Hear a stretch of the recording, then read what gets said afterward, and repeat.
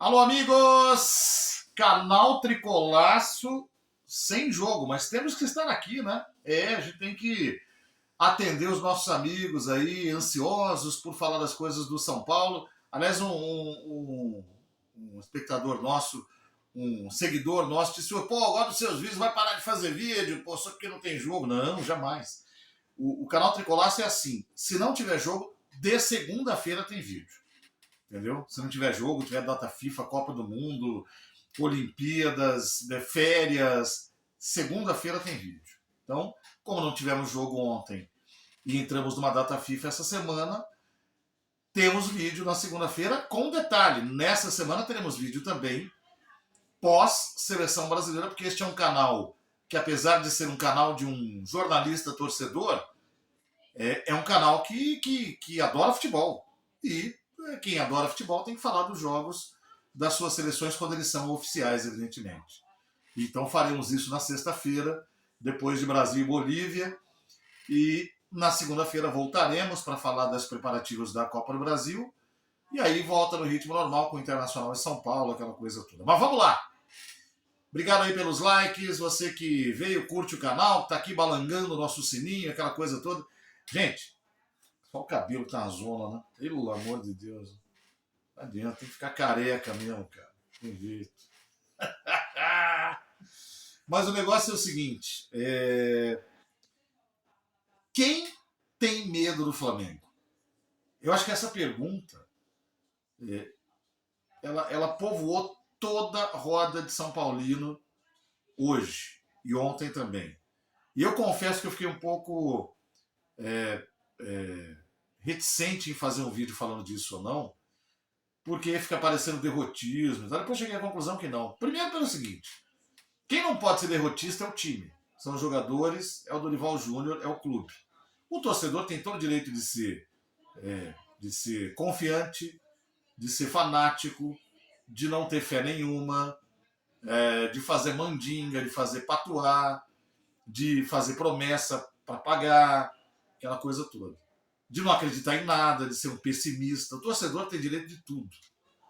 Quem não pode deixar a bola cair são os jogadores.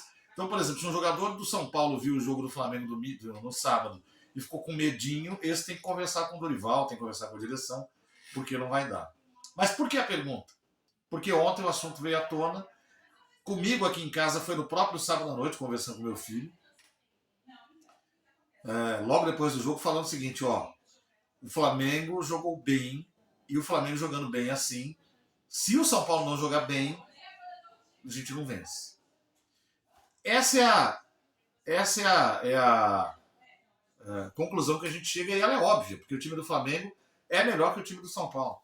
Com o que os São Paulinos estavam contando até sábado?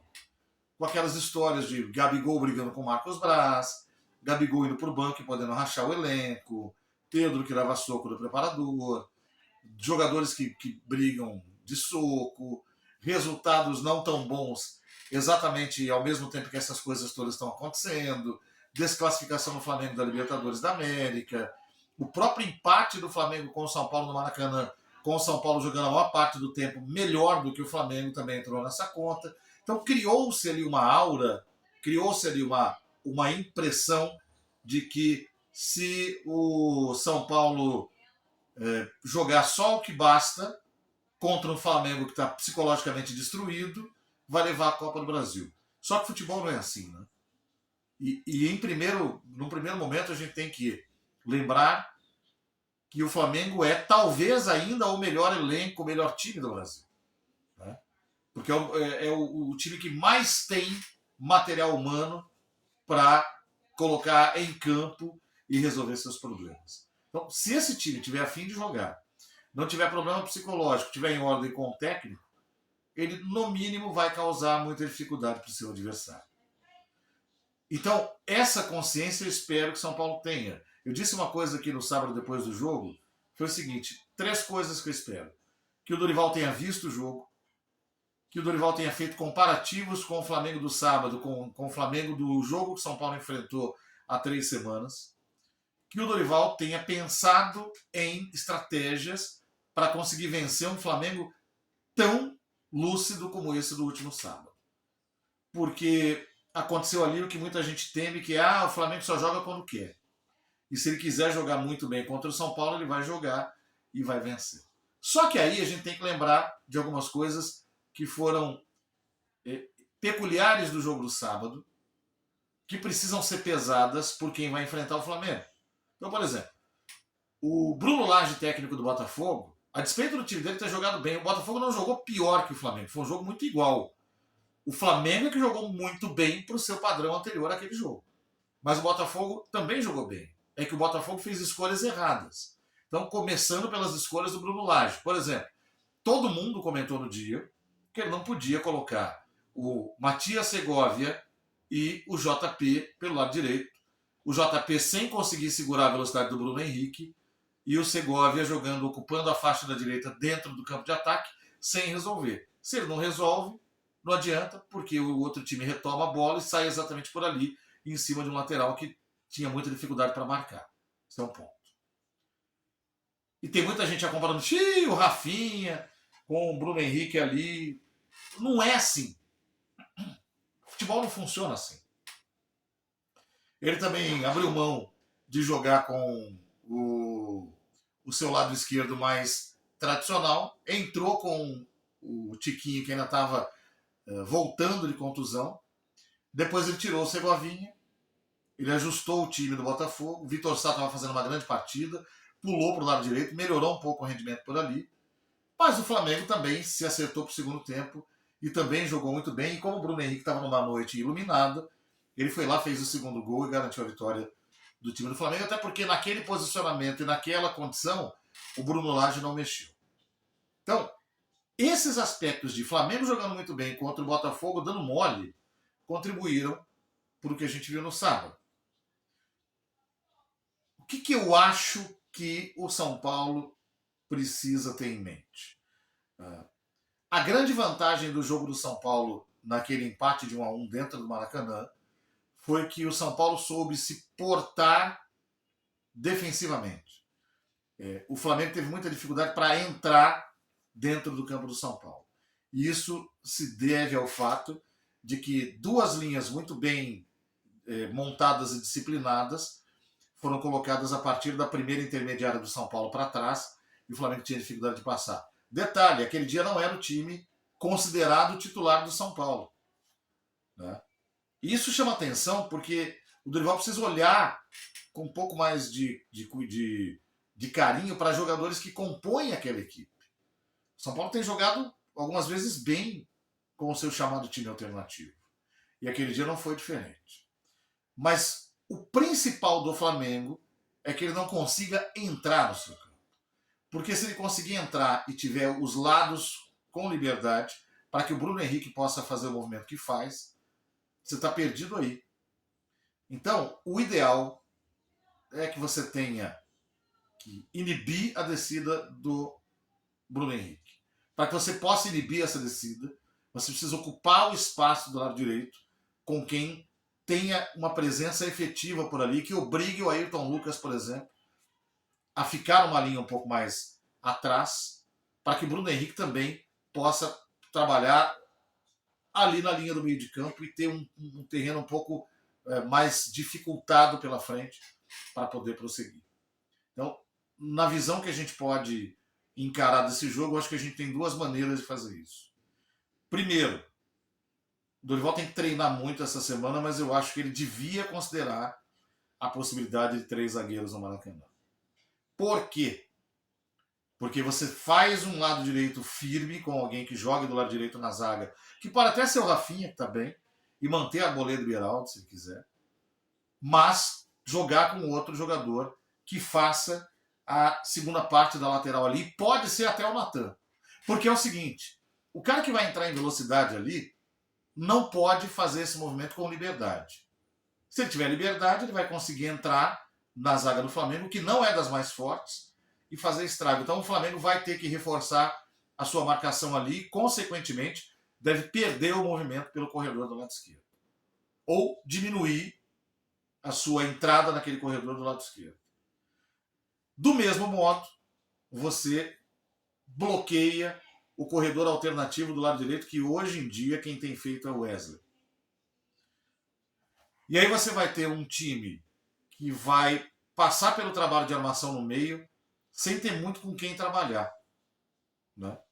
O Flamengo tende a chegar até essa penúltima linha do São Paulo e bater ali e não passar.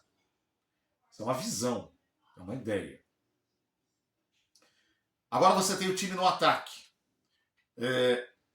A gente pode trabalhar com o Lucas e Caleri à frente, com o Luciano por trás, como ele diz que gosta, e abrir mão do Rames Rodrigues uma formação assim dentro do Maracanã, eu entendo. Para que você tenha um São Paulo um pouco mais robusto no meio. Claro, eventualmente você pode entrar com o Rames lá para o segundo tempo, enfim, criando aí uma alternativa de passe um pouquinho melhor. Acho que é importante que o São Paulo tenha o Pablo Maia, mas em boas condições. O Pablo Maia que tem jogado não está jogando bem. E acho que o Dorival tem que, se for fazer algum tipo de escolha mais específica para o primeiro volante da equipe, dessa vez ele tem que considerar o Luan, que nas últimas 3 partidas em que entrou bem. Ninguém esquece de jogar futebol. E o Luan, se estiver com a cabeça no lugar, ainda tem muito a oferecer ali, naquela posição. Isso porque eu acho que o cara que vai trabalhar saindo tem que ser o Gabriel Neves. Eu sempre vejo futebol da seguinte maneira: você utiliza os melhores para começar. Os melhores que você tem para começar. E troca ao longo da partida. Porque os melhores, aqueles que têm melhor capacidade técnica, são aqueles que têm condição de dar a você possibilidade de vencer a partida. Então, não significa que eu acho o Alisson uma porcaria que muita gente acha. Acho que ele jogou muito bem, por exemplo, contra o time do LDU na quinta-feira. Mas entre ele e o Gabriel, eu prefiro o Gabriel. Se o Gabriel estiver mal, saca o Gabriel. Isso dá para ver logo. Acho que o técnico precisa esperar segundo tempo também. Pablo Maia, eu treinaria bastante com o Luan para observar, mas Pablo Maia, Gabriel Neves, pode ser o Natan ali pelo lado direito. Vamos pro lado esquerdo? Está na hora de voltar com o Caio. Eu defendi a escalação do Wellington por 2 motivos. Porque o Caio estava extenuado, que depois acabou se provando na contusão muscular que ele teve, e porque aquelas arrancadas do Caio na hora da fase final da jogada já não estavam funcionando tão bem. Ele estava se perdendo um pouquinho ali, até porque não é a dele, e ele não é exatamente altamente técnico, só que o Wellington funcionou um pouco no começo, mas está muito lugar comum. E o São Paulo vai ter que ter um jogador que decide. E nos momentos em que o São Paulo precisou decidir, especialmente contra o Palmeiras, por exemplo, o Caio foi muito bem. Então, se ele tiver condição de jogar, eu acho que tem que ser ele pelo lado esquerdo. E aí, a gente tem uma vaga no meio que a gente pode preencher. Não, aqui nesse caso já tem o Luciano, né? Então, temos Natan, temos Caio, temos Pablo, temos Gabriel, Luciano, Lucas e Caleri. Agora, tem uma outra possibilidade aí, se o Dorival quiser. Só que essa eu acho que desguarnece. Porque não usar o Natan ali pela lateral, mas usar o Rato. O Rato é esse jogador que preenche aquele lado do campo e tem velocidade para atacar. É forte, pode tentar ajudar na marcação. A preocupação que eu tenho com o Rato é que ele não é um jogador que vai trabalhar como lateral ali, fazendo desde o campo de defesa o papel que tem que ser feito pelo ala para percorrer até a segunda parte do campo para poder cruzar. Como estamos falando de um 3-5-2, alguém vai me dizer, não, mas o ala vai trabalhar a partir do meio para o ataque. Também é verdade. Também é verdade, mas é que eu estou pensando em não deixar aquele corredor livre. Então aí você pode ter Natan e Rato, e aí não ter o Luciano. Ou não ter Caleri, que a galera vai pegar no pé. Eu acho o Luciano um jogador muito decisivo, eu trabalharia com ele sempre. Acho que o São Paulo não pode se abrir todo, por isso não vou cogitar aqui que outro jogador de meio tenha que sair para dar lugar a alguém de ataque, mas eu montaria uma estrutura assim, bem rígida. Acho que não pode ter vergonha de falar assim, se tiver que segurar o empate no Maracanã, eu vou segurar, para chegar no jogo do domingo seguinte no Morumbi e fazer um jogo um pouco mais aberto. Alguns detalhes importantes aí. O sistema defensivo do Flamengo ainda é o ponto fraco do time do São Paulo.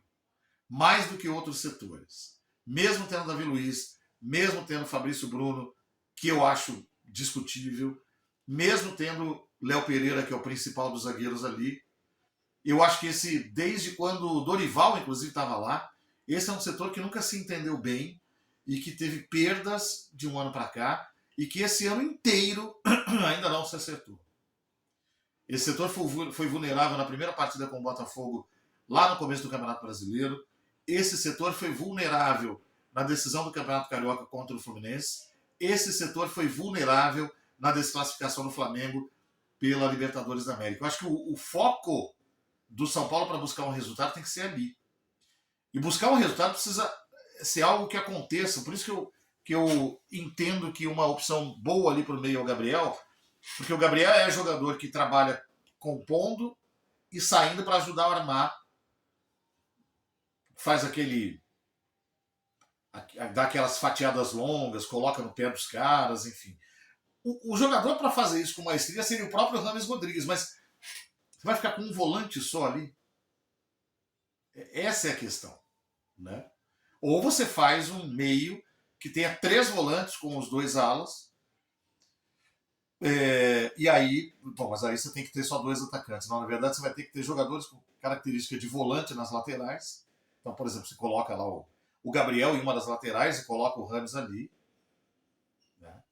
E o Gabriel pode fazer esse lado direito. O Rogério fazia, às vezes, essas coisas. Tem que treinar muito para fazer. Mas para que esse jogador ocupe o lado direito, ocupando o espaço da ala, para dar possibilidade de que mais um meia faça parte do time ali. Repetindo, acho que a estratégia é: o São Paulo precisa ser muito firme no jogo do Maracanã para tentar pelo menos um empate. Não é demérito nenhum pensar assim. Eu acho que buscar o resultado é importante, buscar a vitória é importante, mas não é para lamentar um empate. E no Morumbi, fazer um time de pressão, aquele que faz aquele cinturão na saída de bola do Flamengo, para atrapalhar mesmo essa saída e para roubar a bola ali na hora que o Flamengo tenta a saída, para ter aquele campo mais curto para poder atacar. Dá para fazer isso no Maracanã? Dá para fazer isso no Maracanã. Só que eu acho que você arrisca os lados fazendo isso lá dentro, no primeiro jogo da final, que é onde você tem que sair vivo. No segundo jogo você vai arriscar, vai tentar tudo. Não pode menosprezar o Flamengo, porque o Flamengo é hoje o melhor visitante do Campeonato Brasileiro também, mas diz o manual que é isso que tem que ser feito. Então, é isso. Acho que não dá para ter medo. Eu acho que o São Paulo precisa reconhecer um pouco da superioridade do adversário, mas saber que trabalhando no seu limite ele também não é páreo.